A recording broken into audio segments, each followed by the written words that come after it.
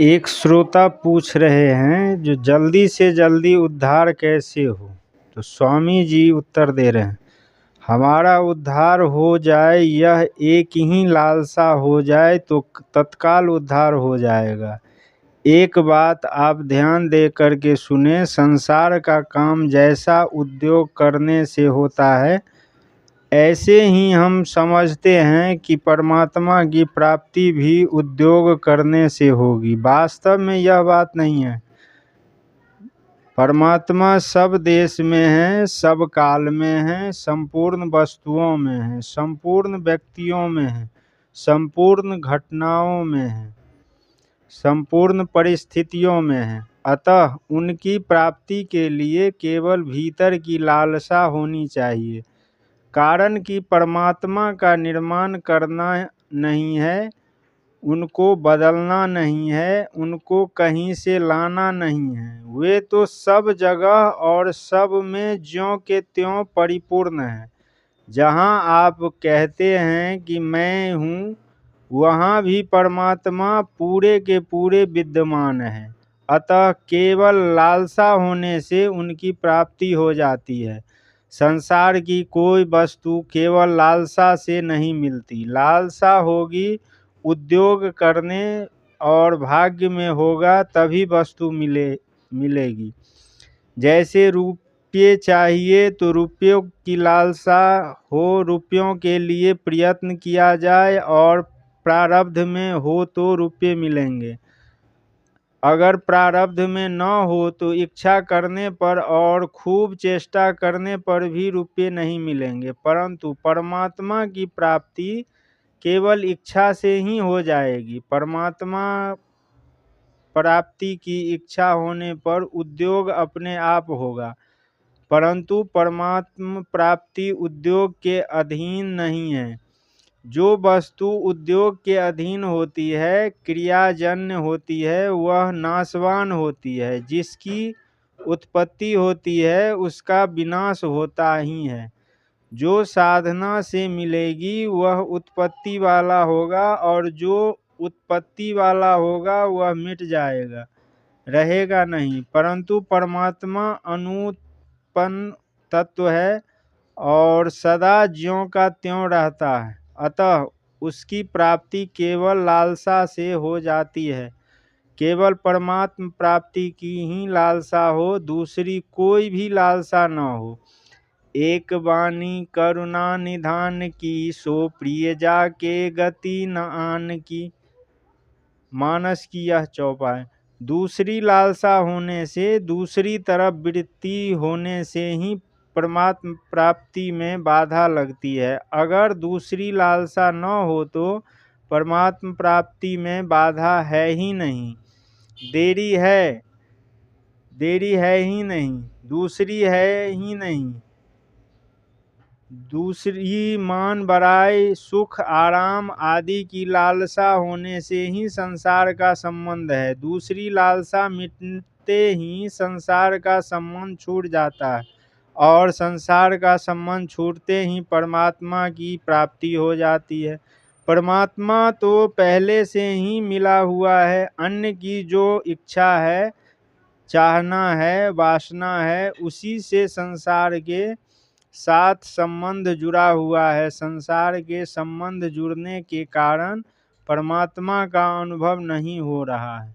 संसार की इच्छा करने के उद्योग करके कुछ नहीं पा सकोगे, केवल धोखा मिलेगा। परमात्म प्राप्ति से वंचित रह जाओगे, इसके सिवाय और कुछ लाभ नहीं होगा। समय खाली चला जाएगा, मनुष्य शरीर व्यर्थ चला जाएगा और मिलेगा कुछ नहीं, क्योंकि संसार का अभाव है। मनुष्य ने अपने भीतर एक सिद्धांत बैठा लिया है कि जो स्थिति अभी नहीं है वह स्थिति हो जाएगी, तो हमने बड़ी उन्नति कर ली। यह महान दोष की बात है। पहले धन नहीं था, अब धन हो गया तो वह समझता है कि बड़ा भारी काम कर लिया। लोग भी कहते हैं कि पहले साधारण आदमी था, अब लखपति करोड़पति बन गया तो बड़ा भारी काम कर लिया। यह मूर्ख था, अब पंडित बन गया तो बड़ा भारी काम कर लिया। इसको पहले कोई जानता नहीं था, अब संसार में इसकी बड़ी प्रसिद्धि हो गई तो बड़ा भारी काम कर लिया। इसका आदर कोई नहीं करता था, सब ठुकराते थे, अब इसका आदर हो गया तो बड़ा काम कर लिया। वास्तव में कुछ नहीं किया है, धूल के 2 दाने जितना भी काम नहीं किया है। जो स्थिति पहले नहीं थी वह स्थिति अब हो गई जाए तो अंत में वह नहीं रहेगी। जो पहले भी नहीं थी और पीछे भी नहीं रहेगी, उसको प्राप्त करना कोई बहादुरी नहीं है। जो सब देश काल आदि में मौजूद है, उस परमात्मा को प्राप्त करना ही बहादुरी है। वह परमात्मा सदा है ही रहेगा, वह नहीं कभी हो ही नहीं सकता। आपकी स्थिति परमात्मा में है, संसार में आपकी स्थिति है ही नहीं। आपकी स्थिति तो अटल है और संसार आपके सामने बदलता है। संसार में आपकी स्थिति है ही कहाँ। बालकपन बदला, जवानी बदली, वृद्धावस्था बदली, रोग अवस्था बदली, निरोग अवस्था बदली, धनवत्ता बदली, निर्धनता बदली, ये सब बदलते रहे पर आप वे के वे ही रहे। संसार आपके साथ कभी रह ही नहीं सकता और आप संसार के साथ कभी रह ही नहीं सकते। ब्रह्मा जी की भी ताकत नहीं है कि संसार आपके साथ और आप संसार के साथ रह जाएं। आपकी स्थिति सदा परमात्मा में रहती है, परमात्मा सदा आपके साथ रहते हैं। और आप सदा परमात्मा के साथ रहते हैं, अतः परमात्मा की प्राप्ति कठिन है ही नहीं। कठिन तो तब हो जब परमात्मा की प्राप्ति के लिए कुछ करना पड़े। जब करना कुछ नहीं है तब उसकी प्राप्ति कठिन कैसे। कठिनता और सुगमता का सवाल ही नहीं। श्रोता पूछ रहे हैं, बात तो यह ठीक जचती है, पर स्वामी जी ठीक जचती है तो मना कौन करता है। आर तो आपने खुद ही लगा रखी है। वास्तव में आपको परमात्म प्राप्ति की परवाह ही नहीं है, चाहे प्राप्ति हो अथवा न हो। संत दास संसार में कई गुग्गू कई डोड, डूबन को सांसों नहीं, नहीं तीरन को कोड। गुग्गू अर्थात उल्लू, उल्लू को तो दिन में नहीं दिखता, और डोड एक प्रकार का बड़ा कौवा को रात में नहीं दिखता। परंतु संसार में कई लोग ऐसे लोग हैं जिनको न दिन में दिखता है और न रात में दिखता है, अर्थात अपने उद्धार की तरफ उनकी दृष्टि कभी जाती ही नहीं। उनमें न तो अपने डूबने यानी पतन होने की चिंता होती है और न तो तैरने अपने उद्धार करने का उत्साह होता है। केवल यह लालसा हो जाए कि परमात्मा की प्राप्ति कैसे हो, क्या करूं, कहाँ जाऊं, किससे पूछूं। यह लालसा जोरदार लगी कि परमात्मा की प्राप्ति हुई, क्योंकि यह लालसा लगते ही दूसरी लालसाएं छूट जाती है। जब तक दूसरी सांसारिक लालसाएं रहती है तब तक एक अन्य लालसा नहीं होती।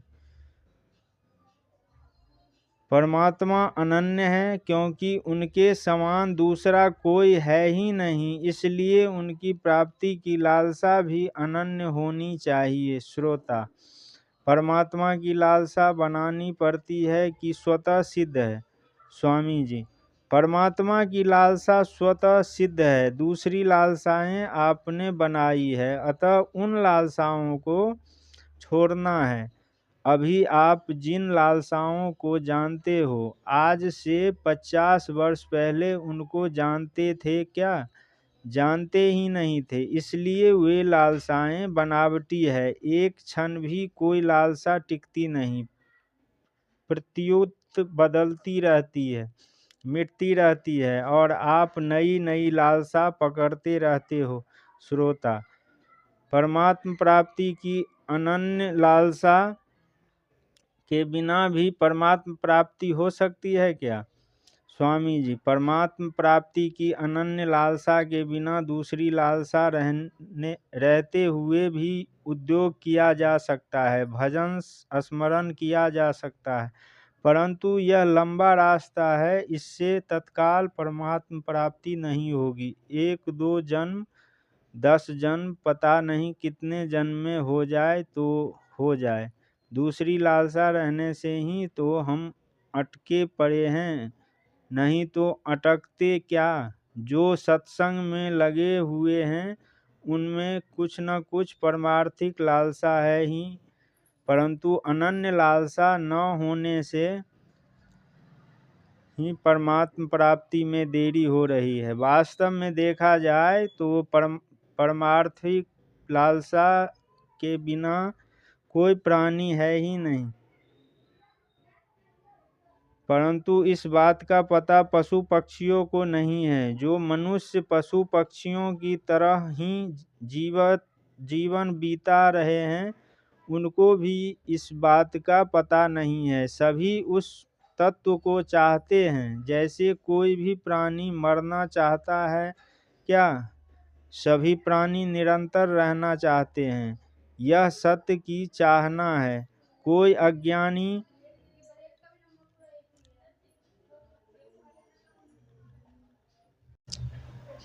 रहना चाहता है क्या? सभी जानना चाहते हैं कि यह चित्त की चाहना है।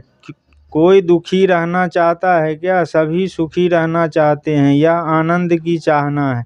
इस प्रकार सच्चित आनंद स्वरूप परमात्मा की चाहना सभी में स्वाभाविक है, इसको कोई मिटा नहीं सकता। दूसरी चाहनाएं जितनी ज़्यादा पकड़ रखी है, उतनी ही परमात्मा प्राप्ति में देरी लगेगी।